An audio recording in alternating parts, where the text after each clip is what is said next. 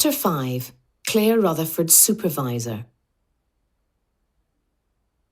King's Buildings was a collection of ugly modern buildings set very close together in an area off Westmains Road. Dr. David Balfour's office was in the James Clerk Maxwell Building. It was a grey, two-storey block with tall, narrow windows, named after a famous 19th century Scottish physicist. The building contained the university's computer science department, and a sign on the door read, Edinburgh Regional Computing Centre. When Logan introduced herself and Sergeant Grant, Balfour came round from behind his desk to shake their hands. His actions were friendly, but he didn't smile, and to Logan, his eyes seemed to be grey, careful, and rather cold. He was much older than her and had black, rather oily hair, combed very flat across his head. He was wearing an old, dark brown patterned jacket and light brown trousers, which looked as if they hadn't been cleaned for a long time.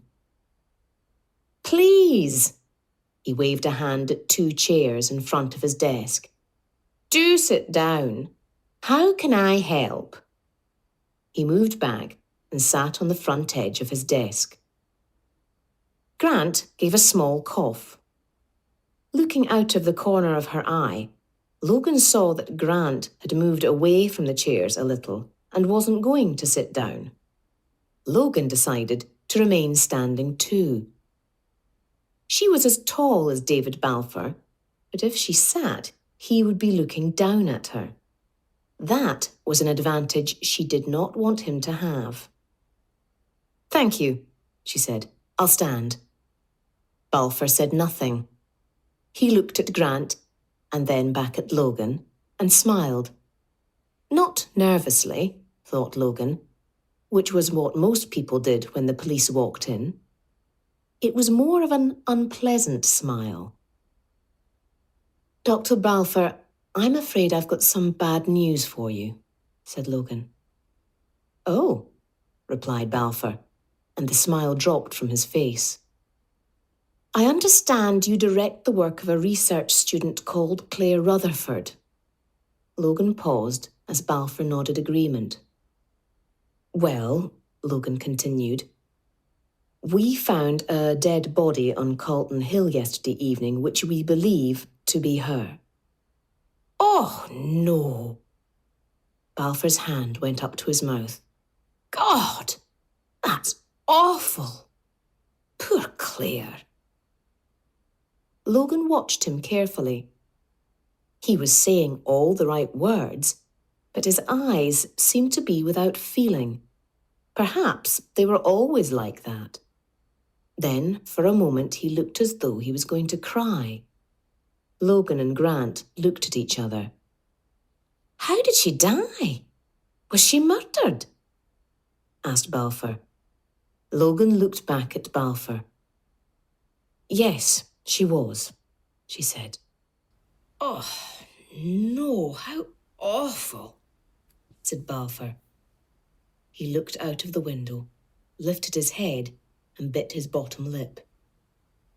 You directed her research, said Logan, inviting him to tell her more.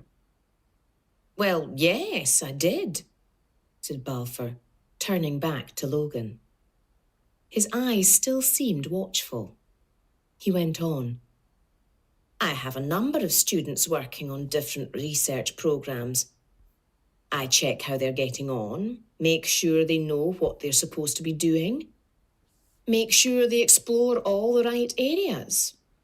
And of course, if they have any problems, research problems or personal problems, they can always come and talk to me.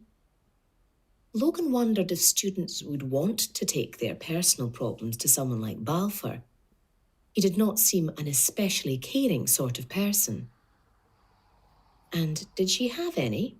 Asked Logan. Did Claire Rutherford have any problems? Not that I know of, said Balfour, raising his eyebrows a little. She was very adult, very intelligent. Popular? asked Grant. Yes, she seemed to have a lot of friends. A favourite one? Asked Grant. You mean a boyfriend? Asked Balfour, his mouth unsmiling, his eyes still empty of feeling. Not that I know of, no. And how did you get on with her? Logan asked. Very well, said Balfour, his eyes narrowing a little. Undoubtedly, he realised that he was now part of a murder investigation and that the police might be thinking that he was the murderer. She was an excellent student, hard-working, intelligent, yes, excellent. And her research, continued Logan, what was it about? She was looking into wireless technology, ways of running computers and other sorts of hardware without having them physically joined together by wires. I see.